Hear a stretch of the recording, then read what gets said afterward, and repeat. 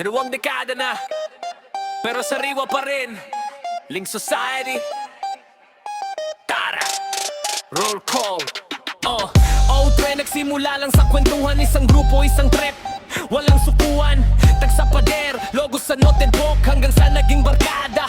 Hindi lang look, cut class, minsan tambay sa kanto. Plano sa buhay habang hawak ang stylo. Sabay-sabay sablay, sabay-sabay bangon. Kung sinong nandito noon, siya pa rin ngayon. Link Society at 20, di kami nalalayo. Kahit saan mapunta, dala ko pa rin kayo. Isang kwentong mahaba sa isang pangalan. Dalawang dekada pero solid pa ang samahan. Link Society at 20, sigaw ng barkada. Pag sinabi Link, sagot nyo Society, sabay pa.